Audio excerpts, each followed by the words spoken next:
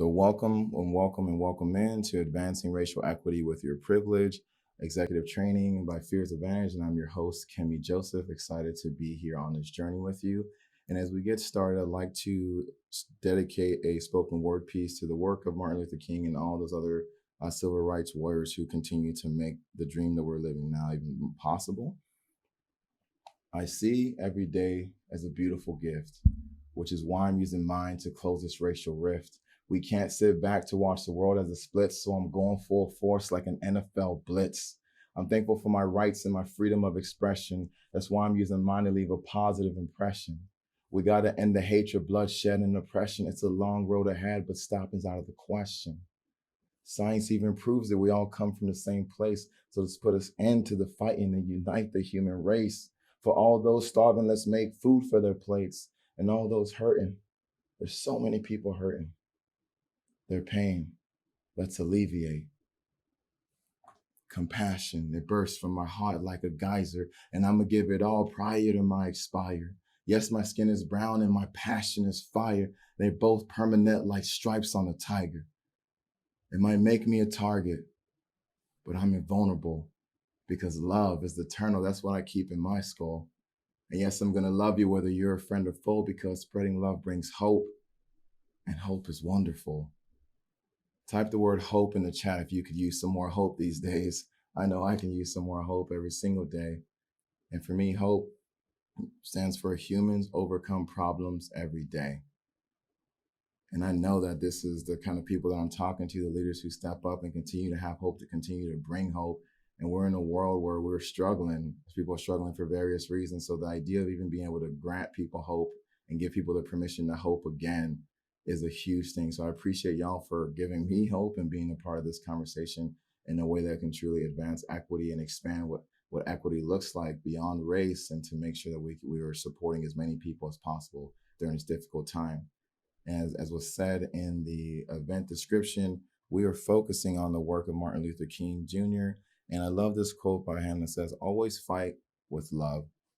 So when the day comes that the walls of segregation completely crumble, we will be able to live with people as their neighbors." So this is also a call to action as we go about facilitating the work that we need to, that we do it in a way that brings people together. And I love starting with that quote because I was the kind of kid who only learned about Martin Luther King during Black History Month. And I'm grateful that we're talking about him outside of Black History Month. I think there's so much lessons that he and other civil rights leaders have taught us that we can continue to use today. And what's interesting is almost every Black History Month, I would still have the same conversation. At some point, somebody would come up to me and say, "Kemy, why is it fair that there's a Black History Month when there's not a this or that history month?" And depending on who the person I'm talking to is, especially if they're a person from another minority or marginalized group, what they're really asking me is, how come my group isn't represented for a whole month? Or where does my group get the recognition, the honoring of our suffering and the pain we're still going through? And that's a question that's really stuck with me. It frustrated me as a kid. Now as an adult, I understand why people are asking that. And we're in a time where people are asking, what about me? What about me?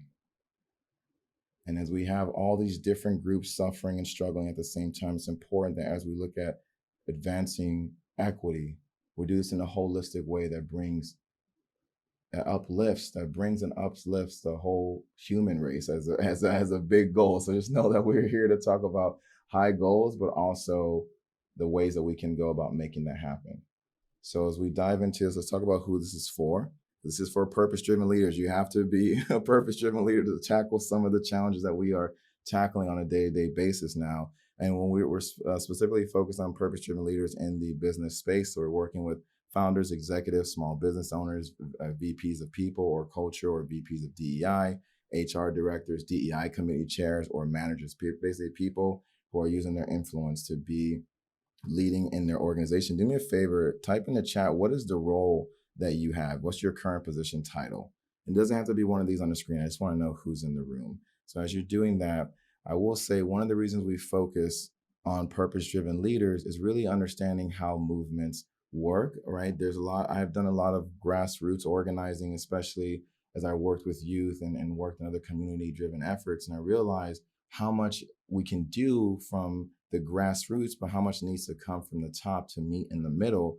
And when we're looking at the journey of Martin Luther King, instead of doing the thinking about his work when he at the peak of his career, I like to think about in the beginning of his career, especially as they led the Montgomery bus boycott, because there's so much that we can learn from him as an early leader, that I think can apply, especially for a lot of us who are early in the conversation with DEI.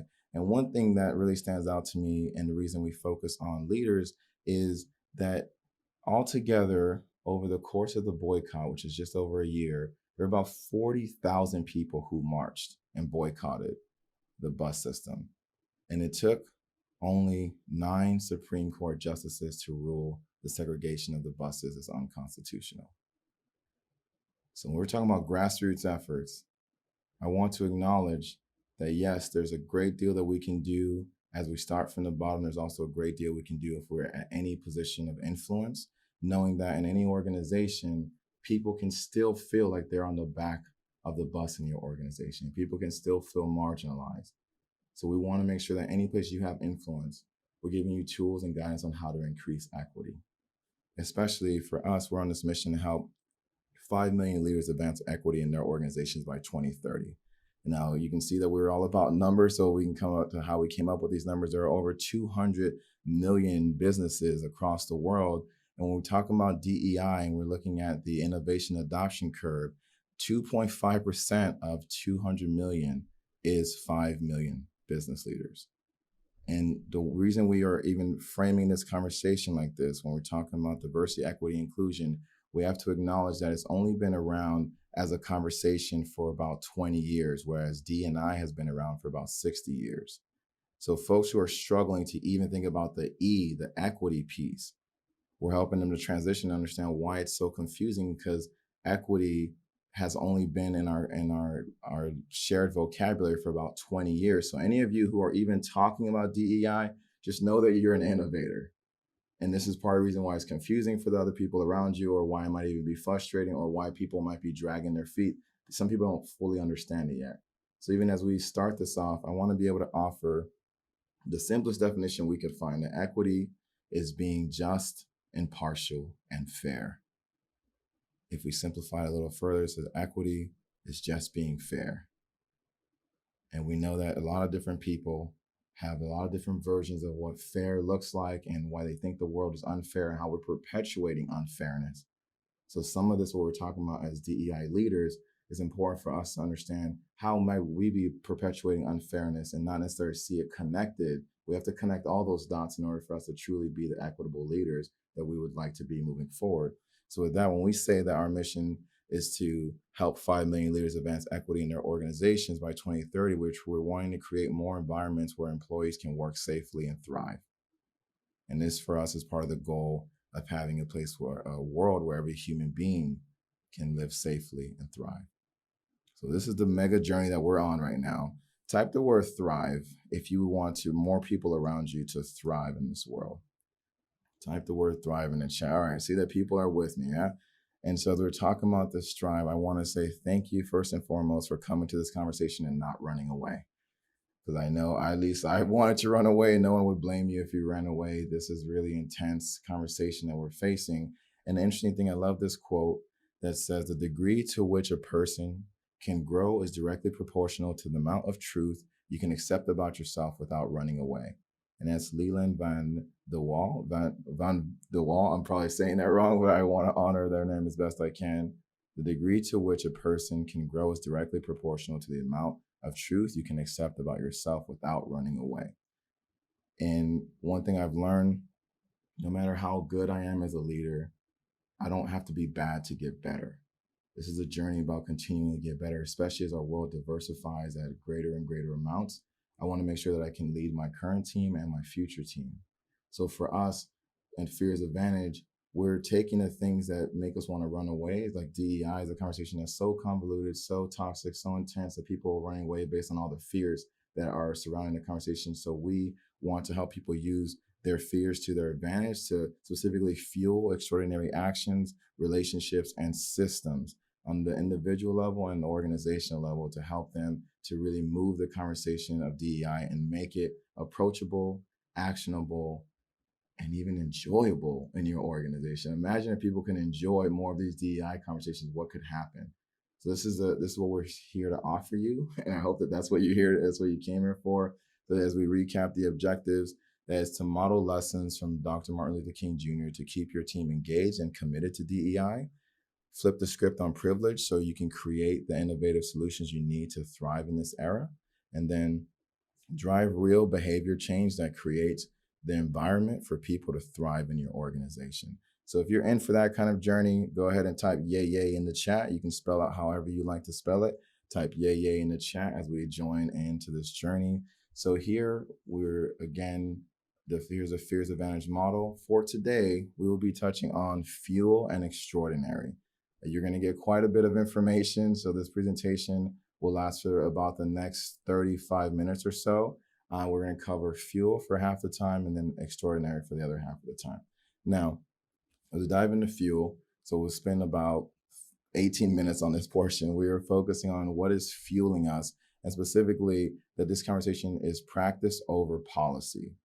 Let me ask you here, if the speed limit is 55, how fast do you drive? You can just say, for me, I don't want to like snitch on myself, but usually a little bit about 5 over the speed limit. Maybe sometimes a little bit more depending on what's going on for me. And the reason I ask that is we have lots of policies in place. Leadership is not about policies. I grew up in Miami where people go way faster than the speed limit. So we can have all these policies in place, and we should have policies in place. But if you're expecting policies to truly drive practices, policies to truly fuel change, then you're only bringing about half of what is needed to drive real change in your organization. So yes, have policies. Just know your leadership is about the practices, not the policy. So we focus on DEI leadership. It's focusing on you as an individual and what you contribute to your organization so that you make sure those policies actually have, that they create the structure that allows people to thrive. So with that being said, the big question we're answering in this section is what drives change for me and my team? Now, I'll put a couple of questions on throughout here, and at the end of this section, I will also give you a moment to screenshot the question. So the slides will not be provided. However, you can screenshot as we go through here. Now, when we're talking about something like change in general, people resist change. And whenever you're talking to your team about change, people will generally start to have a negative slant on it. And most of us will focus on 3 or more ways that we're going to lose. They're already starting to think of how the change is going to affect them in a negative way. Again, we're in this what about me type of culture. So for us as leaders, we have to provide at least 5 or more positives, 5 or more gains that someone can really embrace. And now we can provide people with lots of reasons, but part of what I'm going to encourage you to do is help people tap into their own why. So I can give you lots of reasons, but it's about you finding your own why and helping your team find their own why to really drive DEI. And this is something that we saw King do quite a bit in helping people to grapple with the moral portion of racism, the moral portion of inequity, so they could too find their own why. And this is why a nonviolent approach really helped him to reach the hearts and minds of people and help to tip the scale. And it takes time to help tip the scale, but I love his approach in a way that brings more people together versus repels folks. So when we're talking about making change, I'm going to be sharing you questions and also frameworks to help you to make it, again, approachable and actionable in a way that brings more of your team together. So with that being said, when we're talking about change and we're trying to tip the scale, so we have at least 5, I'm going to give you at least 5 questions you need to answer for you and your team to make sure that you're going on this journey in a way that brings more people along. First of all, you have to get clear on where you can make change first. Get clear on where you can make change first. I don't know about you, but this can feel very overwhelming.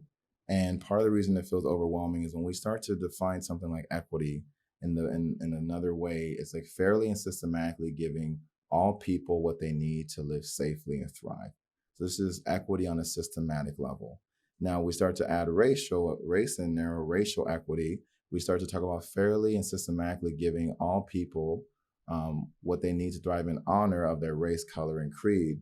And this is interesting that we would be expanding it to at work, at home, and in the community. So racial equity, fairly and systematically giving all people, in honor of their race, color, or creed, what they need to live safely and thrive at work, home, and in the community. Now, this is a massive definition. If you go to look up what that even looks like, you'll probably find a broken link image search. I don't even know what racial equity looks like, trying to pinpoint it into one area. Because part of it is saying, oh, if I'm going to, from that definition, it's like, does every Black person need exactly the same thing? Does every Latinx person need exactly the same thing? No, this conversation kind of gets so convoluted. So we want to be able to help to separate it out in a way that says, let's break down what equity pathways people are seeking in honor of their skin color, in honor of their gender, in honor of any other identifying factors, to make sure they get a whole life, they get a boost in their whole life. So with that being said, if you can understand what I'm going to put on this slide right now, it can be huge for helping to focus your attention. And we're talking about equity pathways. First, it's got the health and mental health pathway. Then we got the health and family, or we got health and mental health, family, social and relational equity, spiritual, religious equity, housing equity, environmental equity, educational equity, economic equity, career equity, legal equity, and governmental equity. So these would be equity pathways. It says a human being will need equity in all of these areas to truly thrive. And then from there, we start to think, okay, if these are the equity pathways, how do we go about giving people access to those pathways? Well, first, it starts with awareness, what's even possible in a given pathway, and then giving them access to be able to utilize the tools and resources that are there, the opportunity to fully participate and to have agency in how the change or how they receive care and guidance, a safety to be able to participate and make sure they can make it through a given situation safely, the belonging that they're not necessarily being given handouts or it's just an act of service. This is an act of involvement to where they are included, and then the resources for them to be able to continue to grow and leverage, and the resources include funding, including more opportunities, the development and the training, the kind of skills that folks will need to make the most of these pathways, the advancement so they have leadership in those pathways, and then the autonomy to be able to operate in the ways that are culturally appropriate and make the most sense for them.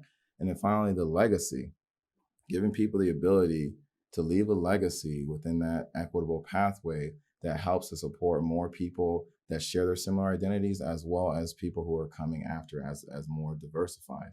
Now, anybody else feeling kind of overwhelmed by that, right? In the sense that there's a lot. This is why when people talk about racial equity and they're trying to lump all of that together without separating it, we end up getting a place where people are arguing about what steps to take first, or where they or what is needed right now. And technically, it's all needed, and it all can happen first, depending on where you and your organization are truly have the impact or the influence to make the impact. So it's important here, as we're talking about working with business leaders, our focus is on career equity. Our focus is on career equity. When we think about Martin Luther King Jr., his work and the civil rights movement is focused on the legal and governmental equity. How do we actually increase the civil rights or the human rights of individuals? So it's important for us to even be able to separate these out. So we're saying with career equity, because you run an organization or own a business, you're responsible for the pathway of career equity. Depending on your mission, you may also be involved in other pathways. So this helps us and helps the clients that we coach folks all the time, and just helping them grapple with this diagram alone says, oh, great, I can focus on where I have the most influence, again, career equity, and I can support my employees in these other areas, and we can also support causes in these other equity pathways, but we for sure need to make sure that we're providing career equity. And the interesting thing is, for us, the reason we wanted to focus on career equity as F.E.A.R.S advantage is because we see that when people have a full pathway to grow their careers, they also get strengthened in their other pathways. This is even by a byproduct, because they're getting more access to resources that allow them to invest in other pathways and get to the connections and the types of development they need. And the opposite is true. When you stunt someone's growth in their career, you also stunt their ability to grow in these other pathways as well. So for us, the first thing we want to offer is to get very clear on where you can make change first. And for us, the focus is on career equity.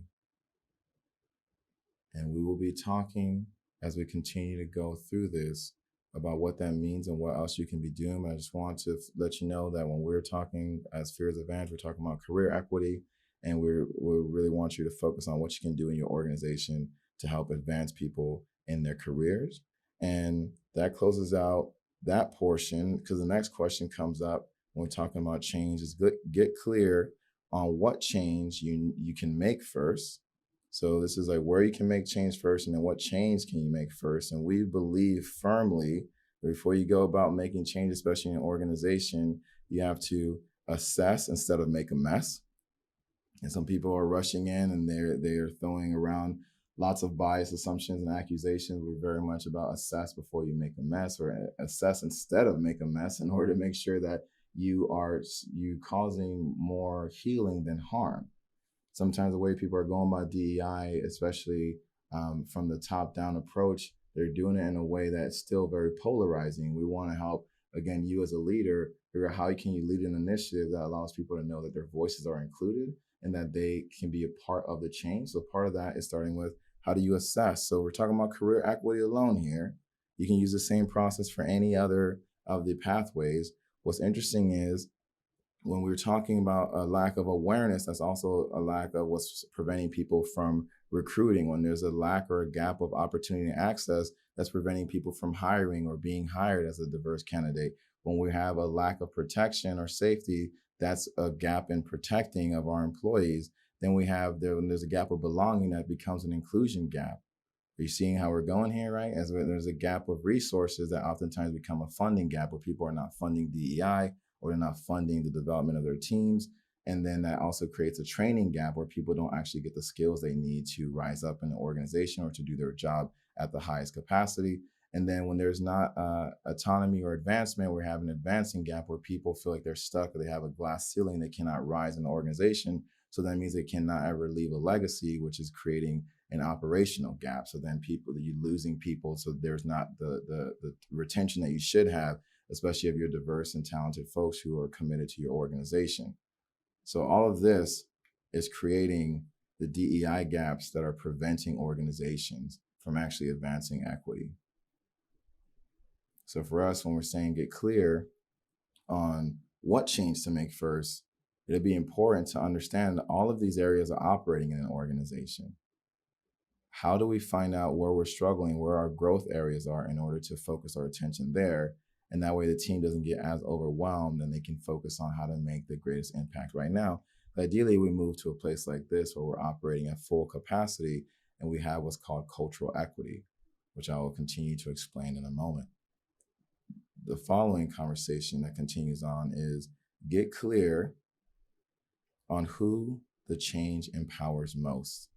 Now, as we were talking about a concept of cultural equity, we want to introduce that to many people, because to just focus on, for example, empowering somebody because they're Black, we start to lose out on the opportunities to further clarify and further support people who might be additionally marginalized. For example, say if I'm a minority and and I have alterabilities, or a minority and my gender is different than the gender of the majority group in the organization. Or what if I'm a majority and I'm the kind of classic cisgender white male? How are our initiatives communicating who needs the most help in our organization, and how everybody can be a part of this process? Otherwise, you start to create some tensions where people think that DEI is only for minorities. I'm like, no, DEI can support everyone in your organization. It's about how we go about doing it. So when some people are wanting to increase equity by decreasing equity elsewhere, it's like, that doesn't make sense. We're about, how do we continue to increase equity across the board and make sure we're giving more and more people access to the privileges that people have been enjoying in our organization. So this is an up-leveling versus a destroying of an organization. This is about up-level. So type the word up-level in the chat if you like to up-level as opposed to destroy, right? We're about going up and expanding, because it's, for us, this is going to be the most sustainable way to get more people involved. if they can see how this continues to shift the systems, right? We don't want to necessarily keep the old model in place. This is about making change. This is about making change in a way that's going to help more people embrace it and more people be a part of the change versus more people being scared or letting the fear move them away and avoid the change. We're constantly telling people there's no problem you can solve by avoiding it. So we also want to be sure that as we're communicating change, we're doing it in a way that helps people embrace it as opposed to triggering their fight or flight to where they're going to avoid it. So as we're continuing to talk about the change, we have to get clear on why the change needs/helps everyone in your organization. This is where we really get a chance to dive into cultural equity, because for us, race is just one piece of the puzzle. Race is one piece of the puzzle. And then we, like I said, start to add ethnicity, different abilities. We start to add different expressions, age, sex, gender, sexual orientation. Now we're seeing here's just a few of the ways people identify. And this is also what impacts us as leaders, knowing that we have these identities at play, and depending on the organization we're in, we get a chance to be honored or dishonored in these different areas. But that also impacts how we lead people based on our implicit bias and the ways that we can connect across these identities. Then we start to add other social factors into here and career factors, and then lifestyle or life factors in here. And we see that for every single person, this is what intersectionality really looks like in one screen, is that we have this whole wheel essentially spinning, and each and every one of us has that. So as we're talking right now, I have all of these intersections that show up that influence how I even communicate with you. And it also impacts how you hear me and receive me. And then we magnify that by everybody in our organization. It's like, okay, we have some real clarity to figure out if we're truly going to advance people. So for us, cultural equity is this conversation of a systematic effort to advance people of all diversities in your organization. Now, a lot of people are not here yet. This is why we're introducing this conversation to say, if you're joining on this DEI journey, it's important for you to know what it truly encompasses and to be able to broaden people's perspectives. So at the same time as we're getting more specific about what we can do in our organization, we have to broaden people's perspective of what is actually possible. Now, it's important that when we're talking about this, one of the questions that we're asking constantly is, what's our vision of cultural equity in our organization? So I would ask you to think about that with you and your team. What's our vision of cultural equity in our organization? Maybe you get more diverse Zoom calls where people are really enjoying themselves, or maybe when you get back to the office, people are feeling happy to be back, or meetings around DEI actually go well. What a concept. That could be amazing. For us, we return back to this idea that every employee can live safely and thrive in your organization. That's what our focus is on. And this is how we make sure that you can recruit diverse talent. You can actually protect them, optimize your whole team to make sure they're firing all cylinders, and also retain your people. Otherwise, people are trying to do this a half-cocked, and then it creates a situation where you're bringing in diverse folks and they feel like they're being further marginalized or even under attack. So this is why we have to be thinking about what is our vision of cultural equity and how do we even get there? How do we make sure our team understands where we're going? This is also helping to really navigate the conversation around getting everyone on the same page. We are no longer focused on the same page conversation. When I think about Martin Luther King and you think about all the people who were marching with him, and there's no way they could have all been even speaking the same language or hearing the same message. You know, you think about the idea of telephone, we all might hear a different version of the message, but they were going in the same direction. They were clear. They're going in the same direction. Is your organization going in the same direction? If not, then this conversation around DEI leadership is very important to make sure that you can get your team going in the same direction. And we have to also get clear on how the change will evolve.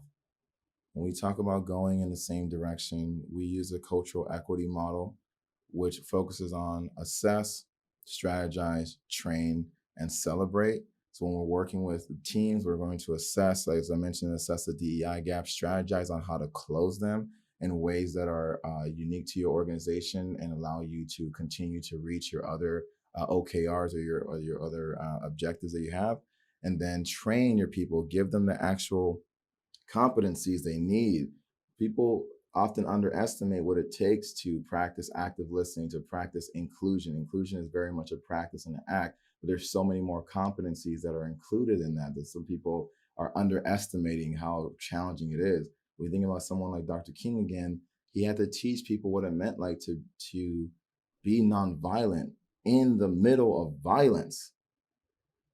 Are we actually training our team how to be inclusive in a time of great division? We actually have to train our folks, and oftentimes it requires us to be trained as leaders. This is what I'm coaching people on day in, day out. You'd be surprised on the conversations I've helped people not have, because we clarify what they wanted to say and how to say it in a way that's inclusive so more of their team can receive it and be a part of the positive change in their organization. And then we celebrate. I actually want folks to celebrate the journey. DEI is one of those things that as we do well, people ignore and just say, okay, this is what it's supposed to be. But as soon as we do something wrong, we make a mistake, we evoke cancel culture, or people are coming at us, and that's not fair. DEI is one of the few things that we only advertise as the work. And so we have to work, but nothing else on the planet advertises just the work. Even if you go to the gym, they advertise the sexy body that you're going to have, or the fitness, or how the health you're going to feel. They don't just advertise doing push-ups or doing sit-ups and all that. So for DEI, we also have to be celebrating the progress, especially when it comes to culture, a company culture. What we celebrate, we emanate. This is what we talk about. We say our team is so diverse, our team is so high functioning, our team is so engaged. The more we're bringing, our team is so focused on DEI that we're impressed, we're excited, we feel supported, we feel included. That is the things that start to permeate through our organization, which is why we talk about when we evolve the change around DEI, we have to be very clear on how we're also going to celebrate it. So as the world's spinning faster and faster, we have to keep 4 pillars in mind in order to make sure that we can truly sustain the change moving forward. Now that closes out the fuel portion. As I mentioned, this is the longer piece with the core focus on what drives change for me and my team. This is a question I want you asking, and this is I'll load all the questions here, and you can take a screenshot. What drives change for me and my team? So the questions I want you to be asking is, where can we make change first? Really focusing on your area of influence, especially if you're running a business, that career equity portion. What change can we make first? Do some type of assessment, find out where your DEI gaps are to figure out where you can make change first and really leverage your team to move that forward. And then who does the change empower most? When you do the assessment, you find out who's marginalizing your team and what areas you can improve. And sometimes it comes down to simply having more inclusive dialogue around how to support your team. And then why does the change need/help everyone in your organization? This is when we start to broaden the conversation to create cultural equity in an organization. And how will it evolve? We have to be talking to our teams of how we're going to see this change and how we're going to check in with them throughout the process.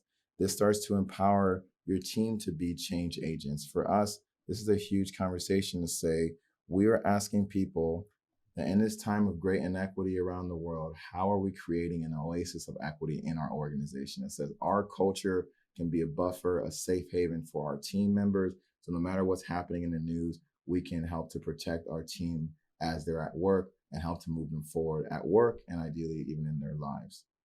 So this is a place to take a screenshot. I'll just stay here and smile if you're going to take one. And 3, 2, 1. All right. So we will move on to this next piece as we go into extraordinary. Now with extraordinary, for us in this version of the conversation, when we're talking about privilege, we have to acknowledge that our privileges are what make us extraordinary. And so we're asking this question, how can I use my privileges to advance equity? And again, I love the work of Dr. Martin Luther King Jr. It talks about everybody can be great because anybody can serve. You only need a heart full of grace and a soul generated by love.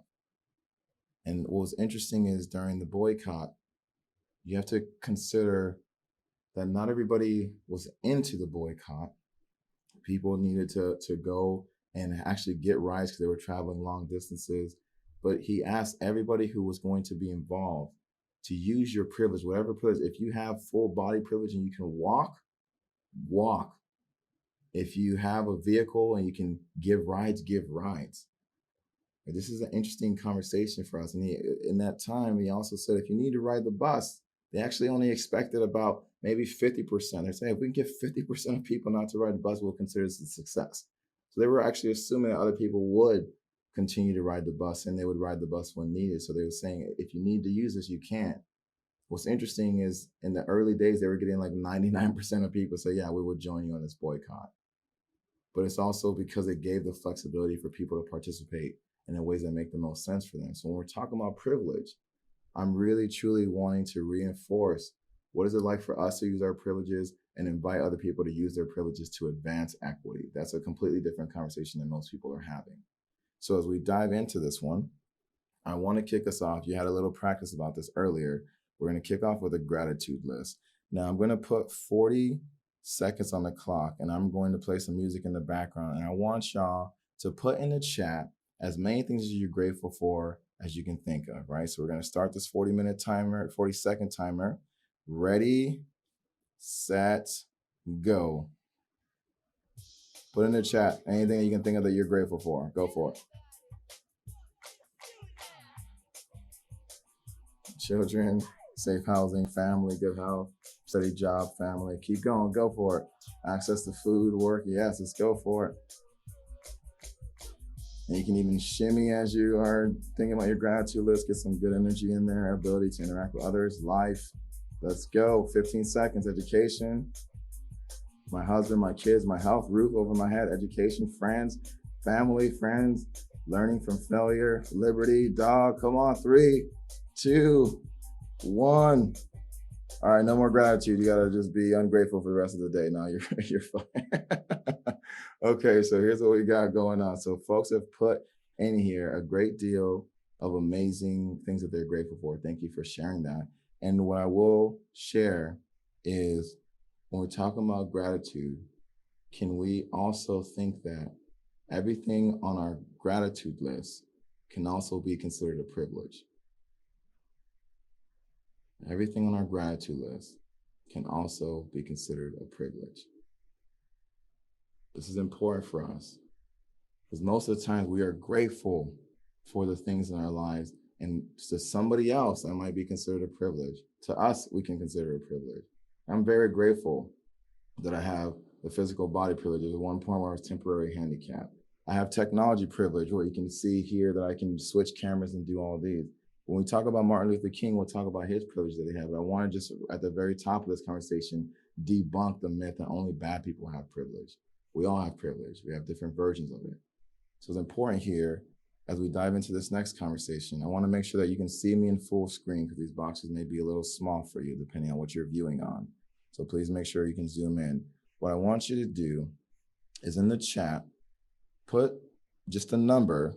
How many groups in red do you resonate with or identify with? So in red, you have white people, boys/men, cisgender people, wealthy upper middle class homeowners. You have heterosexual or straight, of adults 18 to 65, native English speakers, Christians, people without disabilities. So how many of those groups do you identify with? You can just put a number in the chat. You don't have to put the groups, just put a number in the chat here. I got 7, 6, 4, 5. Just put a number in the chat of how many of the groups in the red do you identify with? 7, 6, okay. 5, 3, okay. I think the lowest I've seen so far is 3. Highest I've seen so far is 7. Now, what about these groups in white? So there's people of color, girls/women, transgender, gender non-conforming, financially poor or working class, LGBTQIA+, youth ages 1 through 17 or adults 65 or older. We have native, non-native English speakers, non-Christian, or people with disabilities. How many groups in white there do you identify with? I think I got 2, 3, 1, 2, 2, 2.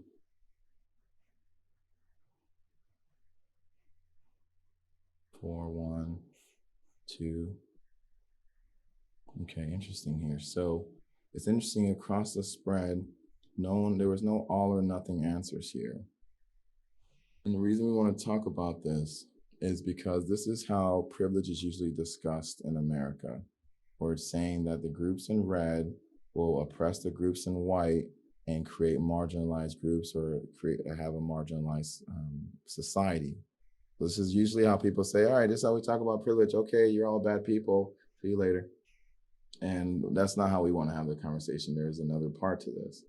So this is how we can see privilege uses unfair standards, intimidation, threats, misrepresentation, economic abuse that we're using or snuffing out children, blaming or minimizing, denying status, emotional abuse, systematic discrimination. This is privilege as inequity. This is privilege as inequity. But if privilege can be used to fuel inequity, we also know it can be used to fuel equity. So we want to focus that conversation on how do we advance equity with our privilege. So we're saying that we can create equitable standards, right? Because when we're talking about equity, it's also on how we set expectations and goals for our teams to protect and empower our teams, diverse representation of our teams, including on our board and our leadership, economic access, helping to raise up children and empower future leaders. We have hearing and honoring people's experience, granting status, increasing accessibility, and systematic advancement, making sure that people get the ability to advance and be leaders of the change in their own ways. This is privilege as equity. For us, this is also when we start to expand and focus our attention outward in this way, we grow the pie and we get to cultural equity. It's only possible if we're willing to use our privilege. Now, if we think about seeing this in action, think about someone like Martin Luther King Jr. So notice in terms of the red blocks is where people say generally people have the most privilege. So he was a boy or man, he was cisgender, he ended up being a homeowner, he was straight, he was an adult, 18 to 65, he was a native English speaker, he was a Christian, and he didn't have a disability, right? That's why he was able to walk so many miles, but the only one he didn't have on here is that he wasn't white. It's important that someone as pivotal in terms of civil rights change as Martin Luther King had so many privileges that we just don't really talk about. But he's focused on how do I use every bit of my privilege to advance equity. That's what I'm asking you to think through as well. And there's more we can talk about in regards to privilege. And we also help people to separate out that there's a difference between the different types of privilege in the sense of stolen privilege or given privilege or earned privilege. Oftentimes when people talk about privilege, just lump those together. We help to separate those out and help you honor them separately and do what you need to do to, again, move equity forward in your organization. So with that here on this piece around privilege, I want to give you an opportunity to really be thinking, how can I use my privileges to advance equity in my organization, regardless of your position or your title, wherever you have influence in your organization. I want you to be thinking about these questions here. How do I properly acknowledge that some of my privileges were stolen from others? It's very much a thing where we have stolen privilege. We're on a land that was stolen. How do I honor the privileges I've rightfully earned? You all see my degrees behind me on this wall. I was given an opportunity to go to college and to earn degrees. I had to earn those degrees. So I count my education as an earned privilege. How do I honor that? How do I use that to be of service?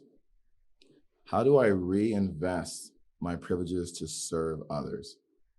Now, it's important that we're talking about this. For me, when I look at privileges as the ability to reinvest, that changes so much in the conversation. It says, hey, I have more than I can give because I have greater privileges. Fantastic. Then this conversation say, hey, the more privileges you have, the more you can help people. Well, now I have a pathway to say I want to continue to strengthen my privileges. And most importantly, I love this last question. How can I help increase access to the privileges I enjoy most? This question, that last one, is huge for me. It allows me to say, okay, instead of me just getting caught in guilt, if I'm a leader, how do I make sure other people get a chance to be leaders? If I love having financial stability and having a place to live, like some of y'all mentioned, how do I help more people have access to that? This is where my attention goes.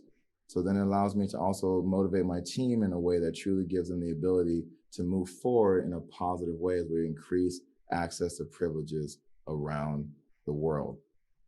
This is also what helps us move from being an advancer or from being an ally to being an advancer. Ally, generally people who are going to be responsive to challenges. Advancers are people who see the challenges and remove barriers ahead of time. I'd rather be an advancer. And when we talk about advancing equity, we're literally helping leaders to think ahead and not have to wait till their employees are bringing up an issue or till there's another tragic event on the news. That we're constantly thinking ahead and being able to innovate and really operate in a way that is equitable across the board. That's what we're here to offer. And that closes out the section on extraordinary right there. I just wanted to touch on this piece around privilege to really honor and something to consider when we again look at the work of Martin Luther King Jr. When they started the boycott, the first thing they did was commit to one day. They started committing to one day at a time. Some of us are trying to tackle so many pieces of the puzzle. Let us help you do this one day at a time. And for us, that brings this conversation that we can focus on, instead of just leaving the conversation on microaggressions, we want to focus on micro progressions. So we continue to take one step at a time and to think ahead for the people that we're serving to make sure we all get to this journey in a way that is more equitable across the board. As I mentioned earlier, this is definitely a conversation of practice over policy. Set the policies in place, absolutely, and make sure that your practices are reinforcing those policies and also giving people equitable treatment. And you can shift your practices right now versus it may take a while to shift policies. You can shift your practices today. You can shift your practices today. And I know at this point, as people are kind of taking this in for the first time, the number one question we get after a training like this is, Kemy, can you help? Can you help me? It's like, yeah, we help people. We help leaders like you every single day to advance equity in their organization. And one way that we want to help you with that is at the end of this, we are offering you a free DEI leadership self-assessment. And so I'll put the link in the chat now.